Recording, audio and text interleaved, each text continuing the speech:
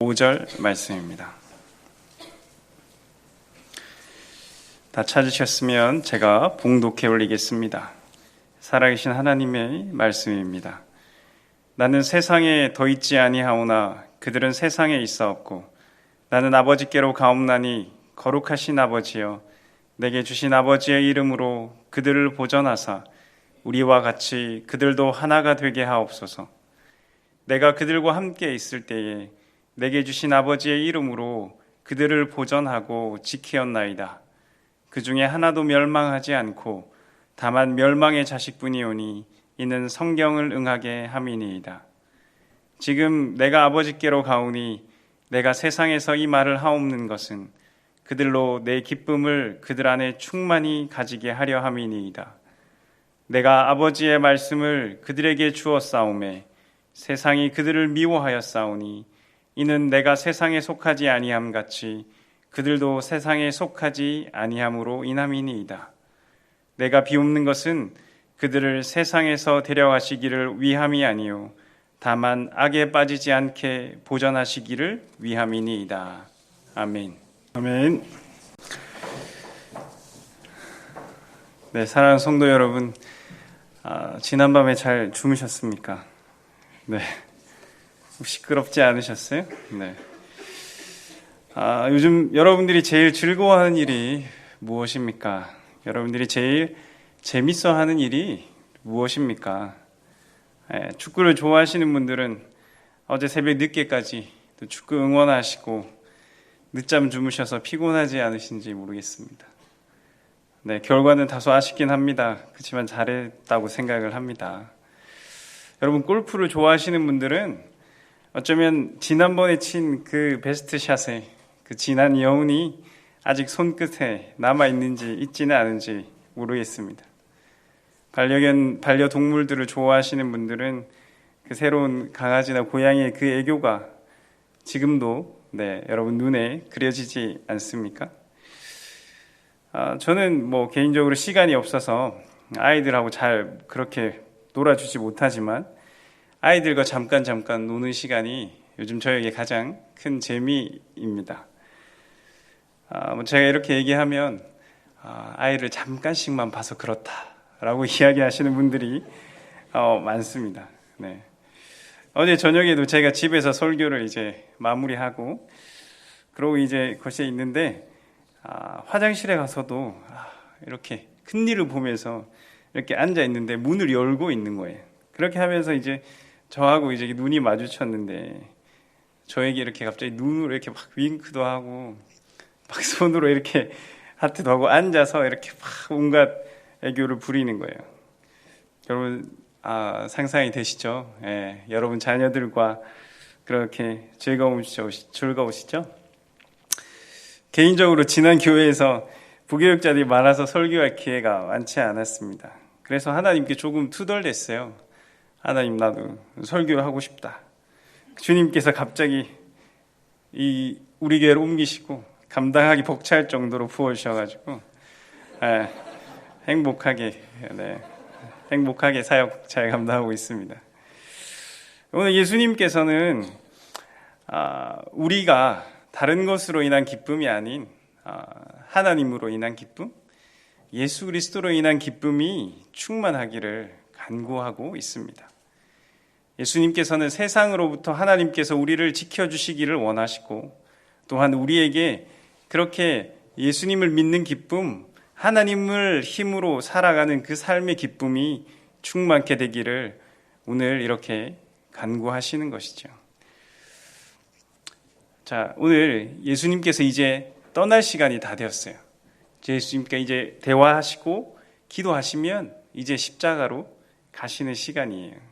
그 시간이 임박해지심에 따라 자연히 예수님의 관심은 이제 두고 가는 제자들이 걱정이 되는 겁니다. 왜냐하면 이제 내가 없으면 저들 가운데 닥칠 그 수많은 시련과 고통이 상상이 되었기 때문이죠. 그래서 하나님 아버지께 제자들을 지켜주시기를 간구하고 계십니다. 아버지, 이제 제가 떠나고 제자들이 이 땅에 남겨질 텐데 저들은 세상에 있으나 세상에 속하지 않은 자들입니다. 그렇기 때문에 세상으로 인해서 큰 미움을 받게 될 것입니다. 그러하오니 아버지께서 아버지의 이름으로, 아버지의 능력으로 제자들을 세상으로부터 보호하여 주시고 악으로부터 지켜주시고 나의 기쁨으로 충만하게 하옵소서라고 기도하고 계십니다. 예수님뿐만 아니라 제자들에게도 갑자기 예수님이 떠나시는 것은 하나의 큰 위기 상황이었습니다. 그들은 아직 예수님이 계시지 않으면 아무것도 할 수 없는 오합지졸이었습니다.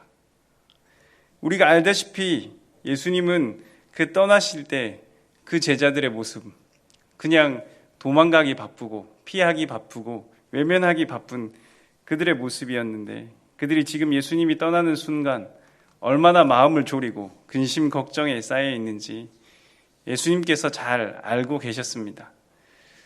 더구나 이런 세상이 제자들을 엄청나게 핍박할 거라는 것을 알고 계셨으니 사랑하는 그 제자들이 이 땅에서 고통당하실 것을 생각하니 정말 잘 살아가기를 바라는 그 마음에 하나님께 간절히 기도하고 있는 것이죠.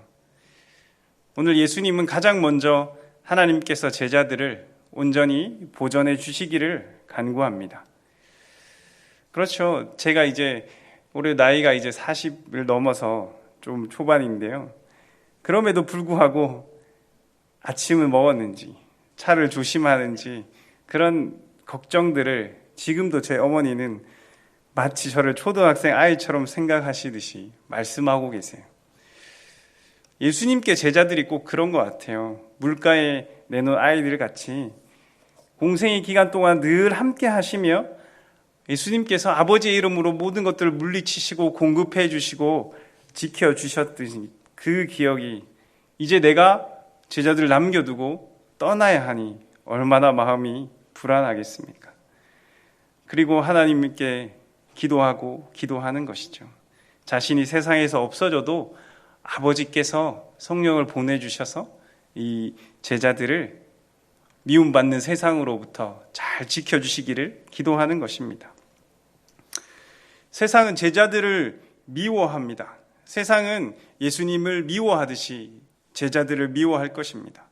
왜냐하면 세상은 제자들이 미워하니까 밖으로 나오기만을 기다리고 있습니다. 내가 이제 저들의 대장인 예수를 십자가에 처형하면 너희들도 이제 가만두지 않을 것이다. 너희를 지키는 사람이 없으니 이제 너희들도 다 없앨 것이다. 그렇게 생각하고 있습니다. 왜냐하면 예수님과 제자들은 그들과 완전히 다른 세상을 살았기 때문입니다. 다른 생각을 가졌기 때문입니다. 예수님과 제자들이 자신들의 세상 속으로 들어오지 않고 자기들을 인정해 주지 않고 밖에서 자기들을 대항함으로 결국 이후에 자신들에게 위협적인 세력이 되는 거예요. 그렇기 때문에 예수님과 제자들을 이 세상이 그냥 둘 리가 없습니다. 우리가 알다시피 저들은 기회만 있으면 예수님을 죽이려 하고 제자들을 잡아가려고 하고 제자들을 핍박하려고 합니다. 예수님의 복음이 그들과 반대되므로 제자들이 예수님을 계속해서 전파하면 이후에 그 예수 그리스도의 복음이 퍼져나가서 세상이 변화하거나 자신들의 자리가 흔들리는 것을 그들은 용서할 수 없을 것입니다. 그러니 지금 세상 권력자들이 그들을 그냥 두지 않을 것임에 틀림이 없습니다. 예수님은 이것을 다 알고 계시죠. 그렇다고 하여 수동적으로 제자들을 위험한 세상에서 따로 분리해내어서 그들만 따뜻한 온실에서 보전하기를 원하지도 않으셨습니다. 세상 가운데 있으면서도 세상에 속하지 않은 자로, 그리고 이 땅에 살아가면서도 이 땅의 것으로 살지 않고 믿음으로 살아가는 자들로, 아버지께로부터 오는 힘으로 그렇게 살아가는 자들로 훈련시키시기 원하신 것입니다. 그렇게 제자들이 성장하기 원하시고 훈련하고 보호해 주시기를 간구하는 것이죠. 또한 제자들은 그들의 사명 때문에 세상과 분리될 수 없었습니다. 그들은 이제 예수 그리스도가 떠나가시면 이제 이 땅 가운데 이 세상에 하나님 나라를 증거해야 되고 예수 그리스도의 십자가를 증거해야 될 사명이 이들에게 있었던 것입니다. 그렇기 때문에 그들에게는 예수님처럼 아무리 위험할지라도 예수 그리스도가 십자가를 세상에서 지고 가신 것처럼 그들도 위험을 무릅쓰고 이제 그것을 증거해야 하기 때문에 비록 위험하고 험한 세상이지만 담대하고 거침없이 이 세상에 하나님 나라의 복음을 선포해야 했습니다. 그렇기 때문에 그들은 세상과 분리되어서는 안 되고 세상 가운데 있어야 하는 것입니다. 그런데 이렇게 제자들이 세상 가운데 있는 것이 스승인 예수 그리스도의 마음은 마치 이리떼 가운데 양을 보내는 목자의 마음인 것이죠. 여전히 제자들의 안전을 주님께 간구하고 계시는 것입니다. 또한 예수님은 제자들이 기쁨을 가질 수 있도록 기도하셨습니다. 우리가 앞서 살펴본 15장, 16장에서 예수님과 제자들의 마지막 대화에서도 예수님께서 제자들에게 나의 기쁨이 충만하라고 당부하신 것처럼 오늘 또 예수님은 그 제자들의 기쁨을 위해서 하나님께 간구하고 계십니다. 그들이 세상으로부터의 기쁨을 얻기보다는 예수님과 함께 하셨던 것 같이 아버지의 이름으로 인한 그 기쁨과 감격이 넘쳐나기를 원하시는 것이죠. 그래서 오늘 말씀에 그냥 기쁨이 넘치기를 원하시는 것이 아니라 그냥 기쁨이 넘치기를 간구하시는 것이 아니라 내 기쁨이 충만하기를 원한다고 말씀하고 계십니다. 내 기쁨이 충만하라. 내 기쁨, 즉 예수 그리스도의 기쁨이 무엇입니까? 우리의 삶에서 여러분 예수님 믿는 기쁨이 무엇입니까? 그리스도인의 기쁨은 악한 자의 유혹이나 핍박을 이겨내고 우리가 말씀 가운데 그 말씀을 살아내어서 주님이 사랑하는 그 삶을 살아낼 때 믿음으로 살아갈 때 우리 안에 벅차오르는 그 기쁨인 것입니다. 그저 세상 사람들하고 똑같이 무탈하고 부유하고 건강하고 하는 일마다 잘 되는 그 기쁨을 누리는 것은 예수님을 믿지 않아도 얼마든지 소유할 수 있습니다. 연인과 사랑하면서 누리는 기쁨도, 여러분의 자녀들이 성적이 오르는 기쁨도, 좋은 직장에 취직을 하고 진급하는 기쁨도 그러합니다. 우리 성도인들의 가정에 이런 기쁨이 충만하기를 원합니다.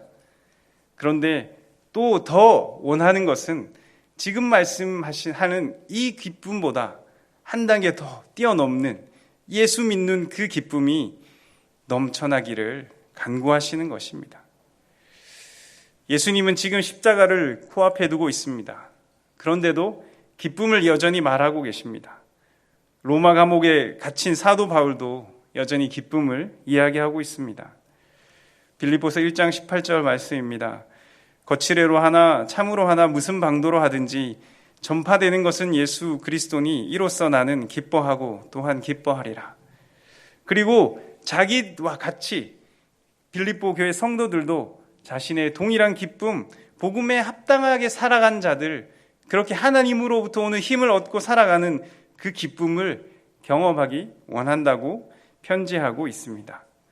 빌립보서 4장 4절 말씀입니다. 주 안에서 항상 기뻐하라. 내가 다시 말하노니 기뻐하라. 그러므로 주님이 지금 말씀하신 이 기쁨은 나를 미워하는 세상에 대해서 하나님의 뜻으로 참여하여 십자가의 복음과 주님의 증인이 되어서 그 사명을 감당하기 위해서 하나님이 주시는 그 힘으로 살아가기 원하는 자에게, 그것으로 살아가려고 노력하고 애쓰는 자들에게 하나님이 공급해 주시는 그 기쁨인 것이죠. 세상에 대해서 내가 세상의 문화와 가치와 풍조대로 살지 않고 하나님의 가치와 그 믿음대로 살면서 승리하는 자의 기쁨을 말하는 것입니다. 제자들이 이런 기쁨을 가지고 살아가기를 누구보다 원하시는 분이 예수님이셨습니다. 그래서 예수님은 오늘 간절히 기쁨을 간구하고 계십니다. 이 간구 덕분인지 주님이 십자가에서 돌아가신 이후에 오순절 성령의 충만함을 받은 사도들은 감격에 차서 오히려 고난받음을 기뻐하면서 주님의 증인된 삶을 살아갔습니다. 사도행전 5장 41절 말씀입니다. 사도들은 그 이름을 위하여 능력받는 일에 합당한 자로 여기심을 기뻐하면서 공회 앞을 떠나니라. 이제 제자들은 세상을 두려워하지 않습니다. 자기들을 미워하는 세상을 두려워하지 않고 그 앞에 당당히 서서 하나님이 주시는 기쁨으로 그 일들을 감당하고 있는 것을 볼 수 있습니다.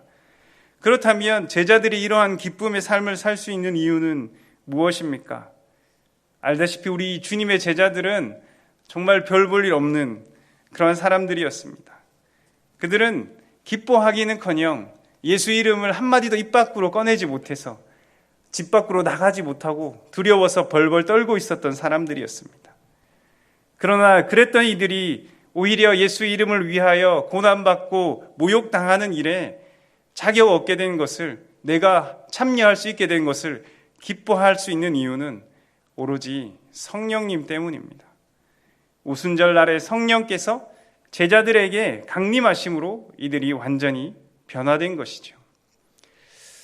그렇습니다. 여러분, 우리가 좁은 길을 걸어가면서도 기뻐할 수 있는 것은, 우리가 힘들고 어려운 삶의 그 걸음들을 이어가면서도 우리가 즐거워할 수 있는 것은, 우리가 이 어려운 세상 앞에, 우리가 주님 앞에 설 때까지 하나님이 주신 믿음으로 이 세상을 걸어갈 수 있는 것은 우리를 도우시는, 우리와 함께하고 계시는 성령님 때문입니다. 우리의 보혜사 되어주시고 우리의 연약함을 도와주시고 우리의 헬퍼이신 성령님께서 우리를 일으키시고 힘주시고 도우심으로 말미암아 우리가 이 길을 기쁜 마음으로 걸어갈 수 있도록 힘주시는 것입니다. 지난 주일이 저희가 성령 강림 주일이었죠. 네, 창립 주일이면서도 성령 강림 주일이었습니다. 여러분에게 성령님이 오셨습니까? 아니면 아직 차가 막혀서 아직 오지 않으셨습니까? 여러분, 임마누엘의 주님이 여러분 마음 가운데 계십니까? 아니면 아직 오지 않으셨습니까? 오직 성령님께서 우리 가운데 오시기를 원합니다. 사랑하는 성도 여러분, 한 분 한 분의 삶 가운데, 여러분 각각의 그 마음 가운데 임마누엘의 주님께서 오셔서 여러분과 함께 울고 웃으며 그렇게 살아가시기를 소망합니다. 또 예수님은 마지막으로 제자들이 세상의 위험으로부터 뿐만 아니라 악에 빠지지 않도록 보전해 달라고 기도하십니다. 이 악이라는 단어는 헬라어로 포네로스라는 단어인데, 이것은 중성명사로 보면 그냥 우리가 추상적으로 생각하는 추상명사, 그냥 악 그 자체입니다. 악. 그 악한 배후에 그러나 이 악을 우리가 남성명사로 보면 악한 자, 악한 세력, 악한 뒤에 있는 구체적인 어떤 세력이 되기도 합니다.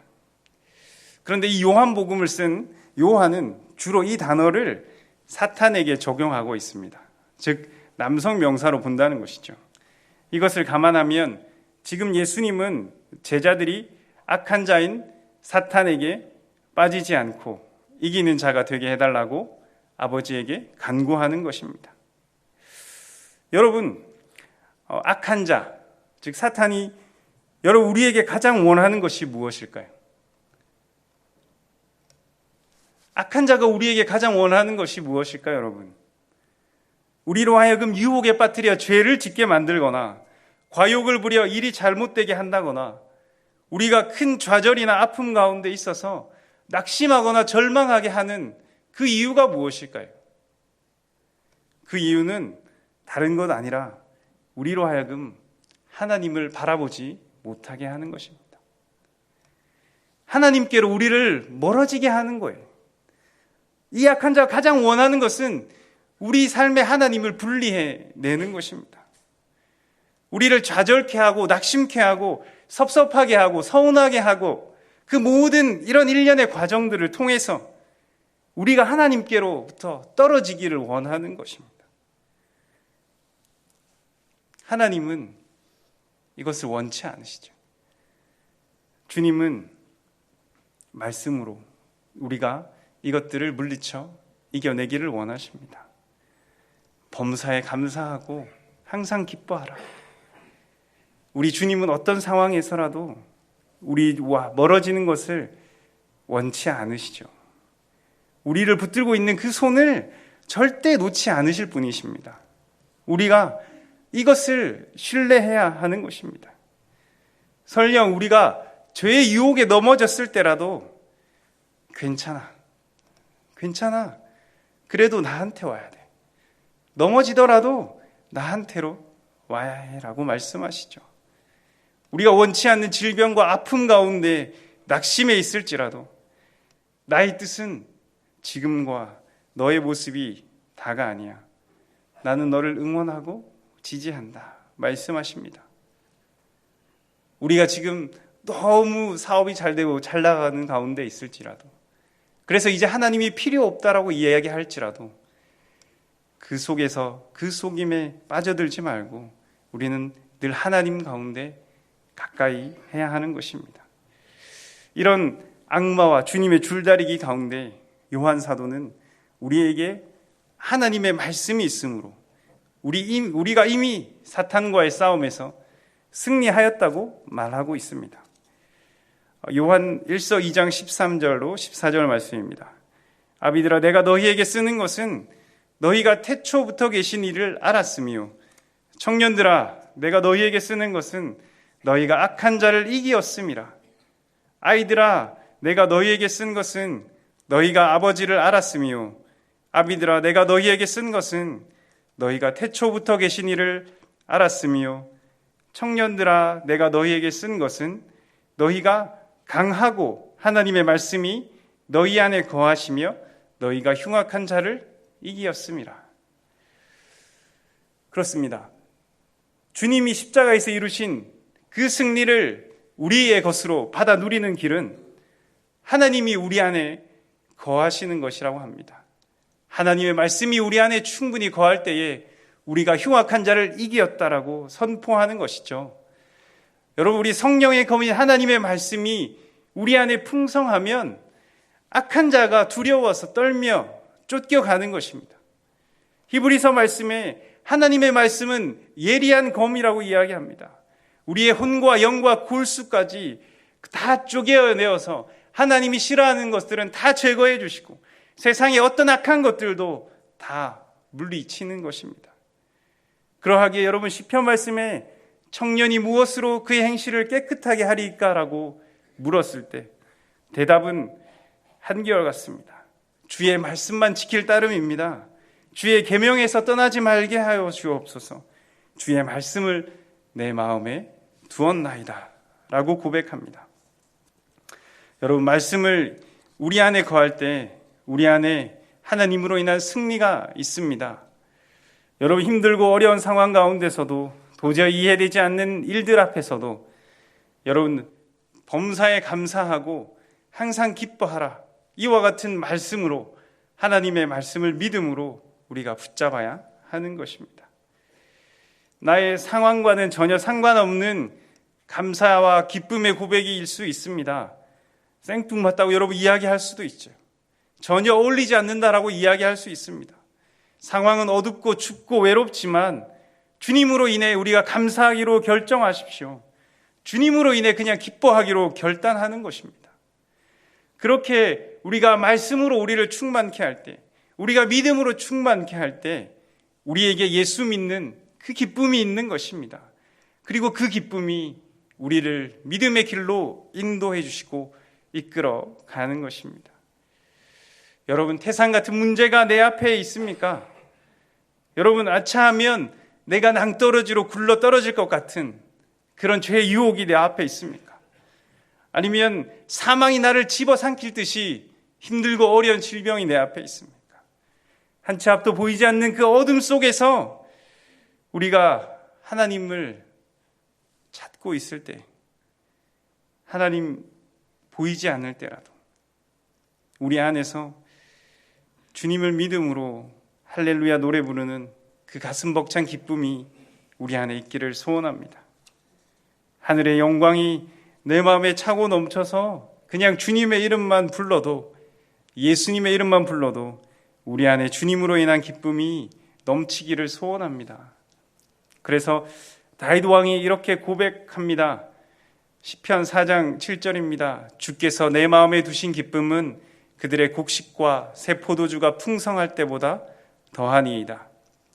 여러분, 새로운 곡식과 새로운 포도주가 넘치지만, 이 세상에서 주는 것들이 그 기쁨이 나에게 넘치지만, 그것이 주는 기쁨보다 내가 주님으로 인한 기쁨이 더 좋습니다. 내가 주님으로 인한 기쁨이 더 충만해지길 원합니다.